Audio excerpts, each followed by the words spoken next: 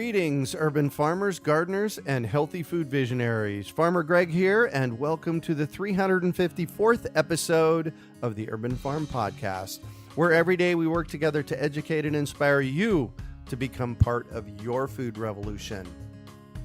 Hey, Urban Farm Podcast listeners, we want to know what you think about our podcast. You've been listening to me for almost 3 years now, and I want to hear from you. I have some very specific questions, including what you like about our podcast and where we should be going next. The important part is, I really want your opinion. I'm looking to connect with 50 listeners from no more than 10 minutes who are willing to share your thoughts. It's simple to sign up. Go to urbanfarm.org and look at the top menu. Sign up there. I look forward to chatting. This Urban Farm Podcast is brought to you by Seed Bank Box, a monthly seed subscription for the urban farmer. Seed Bank Box is one great big seed surprise. Each month you get a shipment with 8 to 10 varieties of seeds, along with a description and planting instructions. Hit the Seed Bank lottery. Get more information at urbanfarm.org/seedbankbox. Today on our podcast, we have someone who is empowering his community's strength and resilience through gardening. We're talking with James Ross about the value of community gardens. James, a father of 5 and a grandfather of 8, is the co-founder of the Quesada Gardens Initiative, QGI, a private nonprofit organization focusing on better health and quality of life in Bayview. He and co-founder Jeffrey Betcher have helped to fund and nurture many community building efforts, working with other foundations within Bayview Hunters Point to form and support a network for the community. QGI has started 2 major community gardens. One is a place for people to sit and relax, and the other is a learning garden where community children learn how to grow food from seed to harvest. The initiative also runs a free Build a Backyard Garden program called Bay Bloom. He now lives in Danville, Kentucky, where he has founded 3 additional community gardens. Welcome to the show today, James. Are you ready to rock the community garden? We are ready to rock. Sweet. So I shared a bit about you. Can you fill in the blanks for us and share more about the path you took to get where you're at today? I didn't start off as a gardener. I started off just somebody roaming through San Francisco as a 17, 18-year-old and spent 10 years, and then I left and I came back. And when I came back, there was a different environment. There was more people who wanted to talk more about food and how can we get that locally in our own area. And the 2 seniors who helped start this, they said, well, let's grow food in the median. Oh, wow. You know, it was kind of unheard of at that time. And we was like, well, yeah, show us how to do it. So they started planting in front of their house. And they said, well, if everybody would plant something across from their house, we would have a garden in just a matter of time. And before you know it, we done, I think it's 420-something feet, you know, with probably 15, 20 different gardens inside of it. Wow. So give me a timeline on that, because I suspect that was a few decades ago, was it not? That was 1990, I would guess. All right. Because it took us almost 7 years to complete this project. Mm-hmm. You know, because our street had, I think, 22 palm trees going down the middle of it. And most of the time they was using it for a trash dump. That's what got the people's attention and said we have to do better. Once we got, you know, all the garden part in, then we started working on a mural on the dead end side of it. Then we started having Halloween parties. And then we started having schools coming, putting on different shows, and started having all kinds of bands and different things. So it became a real fun project for the next 6-8 years. And then another group right up the hill, they said, hey, well, we got a plot, but it's never been worked before. Do you think you can do something for us? And we went up and we had some discussions, and I said, well, let's do a teaching garden. And that worked out really well. So now we got the University of San Francisco students coming out, and they bring the football team for the heavy lifting and, oh, nice. You know, terracing the land because it was on a slant on a hill. Oh, yeah. You know, because San Francisco is full of hills. Yep. Everything you want to do, you know, you got to work, you know, a terrace, or you got to do something in order to try to level it out in order to make it work. Yeah. Wow. So I want you to think back to the time when you were starting to, you know, get these gardens in. And was there something that happened that had you know deep down in your heart that, oh my gosh, this is exactly what I need to be doing? I think when I realized that the food cost in San Francisco was so high, and the neighborhood that we lived in Bayview, it was a poor neighborhood.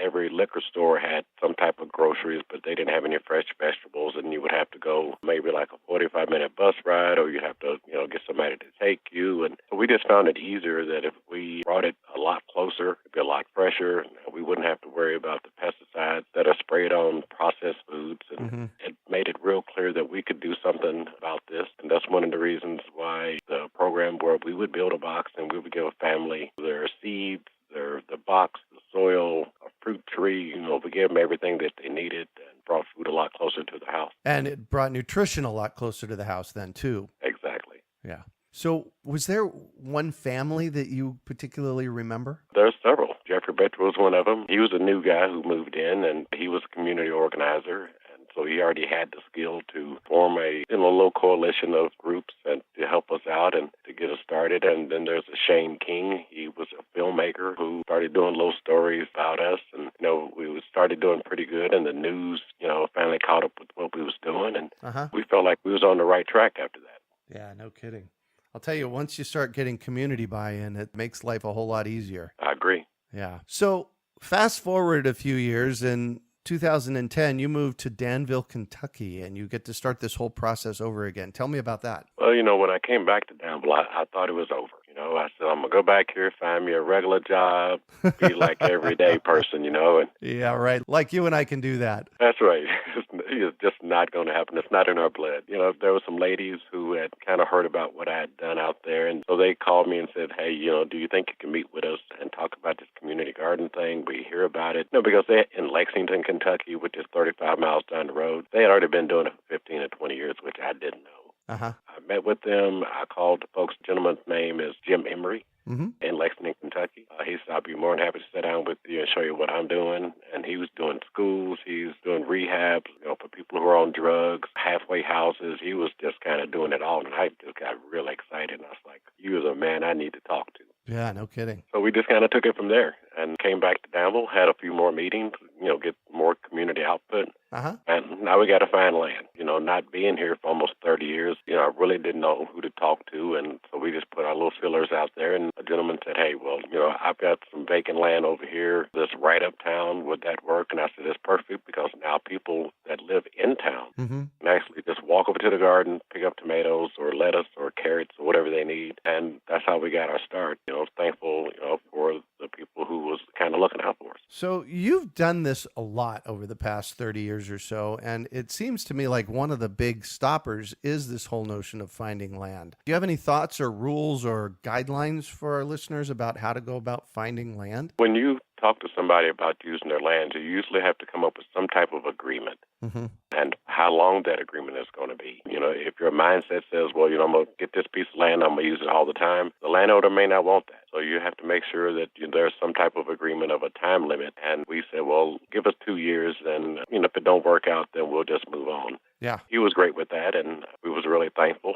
And at the end of the 2 years, he was kind of hesitant. It's because he started worrying about, insurance problems because, we had schools and churches and different businesses coming in, volunteering their time. And so he was really concerned about if somebody got hurt, am I going to get sued? So we had to write something else into our laws and just kind of took it from there. And then he still wasn't sure because his insurance man was saying, if somebody step on a nail or somebody gets poked with something in the ground, I could still be sued. So he just kind of put us on hold. So we just started looking for another place. And we put our fillers out again.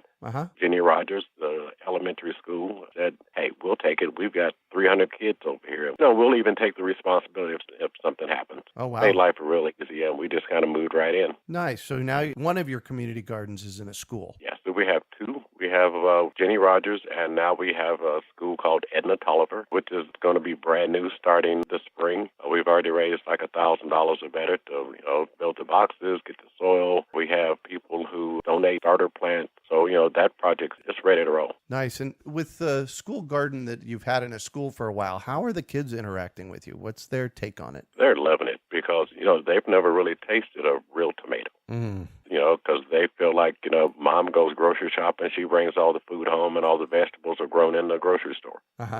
Now we can show them that, no, that's not exactly how it works. So, we give them tomato plants to take home, we give them seeds to take home, and then with the school garden, like we just set up different events and have the kids come out and, mainly plant like during the spring, because during the summer they're out of school. Oh, yes. So some kids do come back during the summer and they help us out, and other volunteers, they help us through the hottest part, because in August here, it could be 90 degrees for 10 days in a row. Right, yeah. Kind of like where you're from. It gets hot. Everything's got to be done in the morning. Yes, it does. Yes, it does. In fact, the best time to grow here in Phoenix is not June, July, and August. In fact, I tell people to take the summer off. That's right. Go ahead and just go on vacation. Yeah, which is way different than normal elsewhere in the country. Let me put it that way. Yeah, because I think we get 220 days of growing here. Oh, my gosh. From greenhouses to cold frames. Yep. People can get started really early, and, most of them do. I also have a radio show called Gardening with James. Oh. For the last 8 years, I've been, sitting at the radio desk talking to folks about growing food, giving tips. I have nonprofits who come in. They call in from around the country, from Minnesota all the way to Los Angeles, to be on the show, and they give great tips for people who are not exactly in Danville, but could help other people around the country. Right. I tell people all the time that there's no such thing as a brown thumb. You just have to know the rules for where you're growing at. That's right.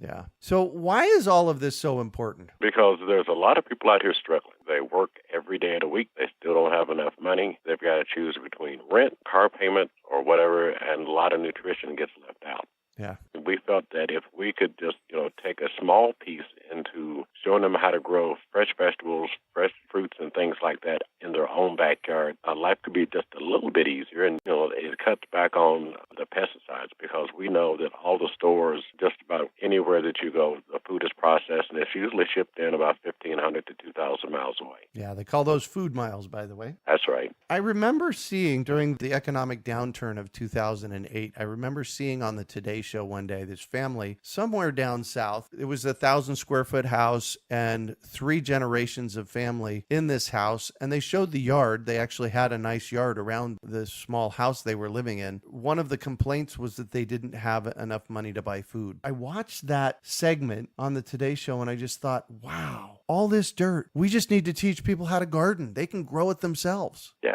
exactly. No, because gardening isn't easy, so you have to put a little effort into it. The way I try to teach people is, don't start off with trying to grow an acre of food. Right. That is definitely a failure waiting to happen. No kidding. Start small, get you a 4x4 box, use a square foot garden method. Yep. Just something easy, or, plant some vegetables in your flower bed, something that you're already doing. That will help ease some of the tension on how much. And if it works, say a couple of years, then build you another box. Yeah. I'm big on planter boxes because I'm not getting any younger and I hate digging in the dirt.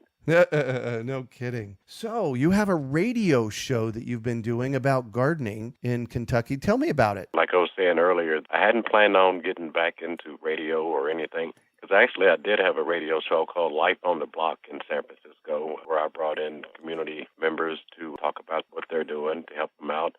And I had a TV show on PBS called Life on the Block also. Wow. They're running about the same time. And when I came back here, I said, I'm done with that. My first job I got, back when I came to Kentucky, they worked me up until maybe like November, right after Thanksgiving. They said, well, we're going to lay you off and, we'll bring you back in the spring. And I was like, my bills don't wait that long. Yeah, exactly. So, now I've got to go find something to do. And I came out to the local radio station. I walked in. I said, hey, do you guys have any openings? They said, no, not really, but what can you do? And I said, who does your community talk show? Oh. And they said, well, we don't have anybody that does community talk show. I said, well, I can do that. I said, who do you have that talks about gardening? Well, we don't have anybody up for that either. I can fix that. And I said, I'll tell you what, I'll come out here for the next 15 days in a row, free of charge, won't charge you anything. If you don't like what I've got to say, then I'll just move on. And 9 years later, I'm still sitting in the air chair, helping people grow food and trying to help our community out. Nice. And I just want to call one on you. And that is, you stepped into the radio station. You said, listen, I'm going to do this. You jumped out there and look what it's turned into. So I just want to congratulate you on that. That is awesome. Thank you, sir. Yeah, you bet. So I'm going to shift on you, and I'd like for you to talk about a time you failed, how you overcame that failure, and what you might have learned from it. Well, I gave you a little tip earlier by starting too large. Oh, yes. My hands were tied, and then, every day was put into this project. Uh-huh. It was failing badly. I had somebody tell me towards the end, "Do you think you started off too big?" And I said, yes, I did, and I'm going to work on that and going to fix it right away because way too much time, way too much energy, and I couldn't get organized because there was so much stuff going on at one time. And so I learned that, you start off slow, work your way up where you can manage it. Life gets a little easier. Because now, you can go to work and you can come home and you actually go home and sit down for a while. Yeah, I tell that to people all the time because I do tours here at the Urban Farm and there's a lot going on. I have a third of an acre in North Central Phoenix. I got solar panels. I've got green building stuff I've done. I've got an edible landscape. I've got 80 fruit trees on the property. We've got chickens in the backyard. There's a lot going on and people will come here sometimes and they're overwhelmed. It's like, whoa, hold on. I can't do this or where do I start? And so what I tell them to do is pick one or two things that are the simple place to start. Be successful and that'll pull you forward. When I was talking about planter boxes earlier, so a 4x4 box will feed a family of two. Yeah. You continually plant it. Once it's gone, you plant something else. It will keep you going for a while. If you use a 8x10 box, that'll feed a family of 4 or 5. Yep. But you just constantly when one's gone, you plant some more. And that will take you all the way through the end of the growing season. And that's enough to keep you busy. Right. Exactly. Keep you busy and your tummy full. That's right. You will be smiling. Yeah, there you go. One of the things that I've noticed over and over again over my decades of growing food here in Phoenix is how incredibly abundant nature is. In fact, I've determined for myself that there's only one place on the planet that lack lives, this notion of lack, and that's between our ears. Because when I look to nature, like my apple trees, I get hundreds of pounds of apples off of my apple trees. Have you found that? Yes, we've planted 6 apple trees, I think 4 years ago. Uh-huh. And, we've been picking apples ever since. They're just now getting to a point to where they're just large enough to really enjoy. Yeah. I'm having fun with apples. Nice. So what do you consider your biggest success? Biggest success is probably the community involvement, Mm-hmm.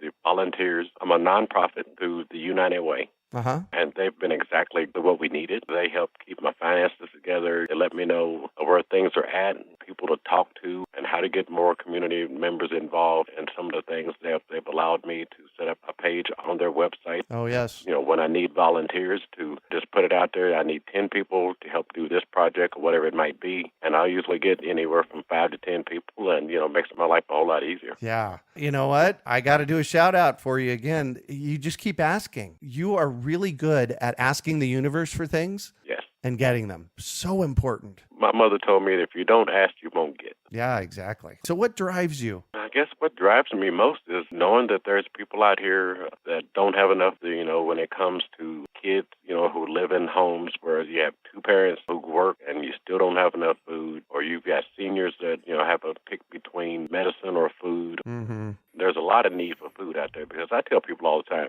you can have big houses, big cars, you can have all this stuff, but if you don't have anything to eat, you're going to starve to death. Yeah. So that's what keeps me going, is knowing that somebody out there needs my assistance. And if I don't know the answer, I can always call somebody that does have it. Well, you and I, before we started recording, we laughed about this. I often tell people that I can't help myself. This is what I have to do. And you said the same thing. Tell me about that. Well, because like say that I said I wasn't going to do it no more. And I come back into town and, you know what, I'm digging holes and I'm trying to, do tomato plants, and because where I live at on the east end of town, it's not exactly the richest part of town, but, from the last 2 or 3 years that I've been growing food, I found more people growing tomatoes in their backyard or on their side yard, wherever they can get sunshine. Yeah. They're starting to really enjoy it. And one of my big things is sunflowers. Oh. I usually have giant sunflowers every year around my home, and the kids really get to enjoy it. At the end of the season, I'll cut the heads off and give it to the kids. And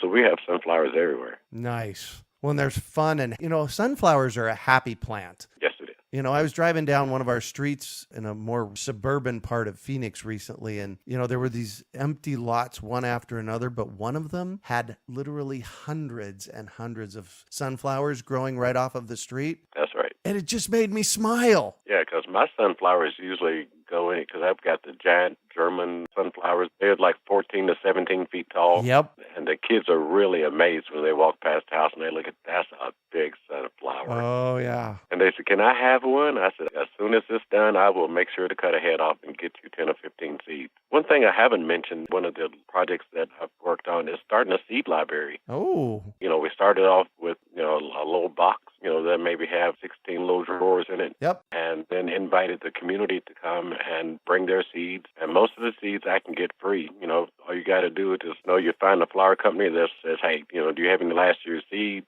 I run a nonprofit. Can you send me some seeds? And they usually send you 15 or 20 seeds. A lot of those things I don't even have to pay for, and it goes right out to the community. Yeah. Yeah, I tell people, you get 150 seeds in a pack. Nobody's going to use those unless you, got yourself a farm. So we usually have the high school students or somebody divide them up, maybe 10 seeds in a pack, and we kind of spread it out so this way everybody can get their own. Nice. Well, and that's again where that abundance shows up at, because if you plant one seed, you can get dozens to hundreds of seeds off of that one plant if you let it go to seed. Exactly. Well, awesome on that too. So if you could recommend one book for our listeners, what would it be and why? There's a lady here in Kentucky. Her name is Rona Roberts, and she has a cookbook called The Classic Kentucky Meals. Ooh. And these are all local foods that are grown right here locally from the local farmers or farmers markets. And she uses nothing but the local best.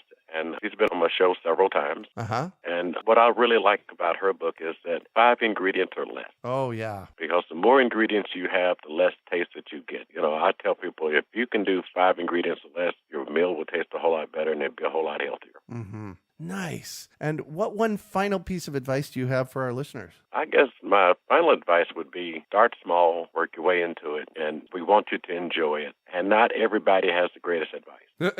Because there's a lot of people out there who will give you advice that isn't exactly the greatest. Yeah. So, I tell people to research a lot of the things that you want to do so this way, you can have the best of everything when it comes to your garden or your landscape. Or your life. Or your life, yes. And I tell people that just because, somebody has been doing it for 30 years doesn't mean that it's right. Yeah. You have to take some of the good with the bad. Yeah. And just make it your own. Nice. That's the big thing. You got to experiment and figure out what works for you, especially in gardening and in life. Yes, exactly. Yeah. Well, thank you so much for joining us on the show today, James. Not a problem. I really enjoyed it. So how can our listeners get a hold of you? They can always contact me at spreadingcompost@gmail.com. That's my email address. Uh-huh. I usually answer it, within a day or two. Perfect. Because I am out here, digging holes and working right through the spring all the way up until it gets cold. So nice. I will get to you.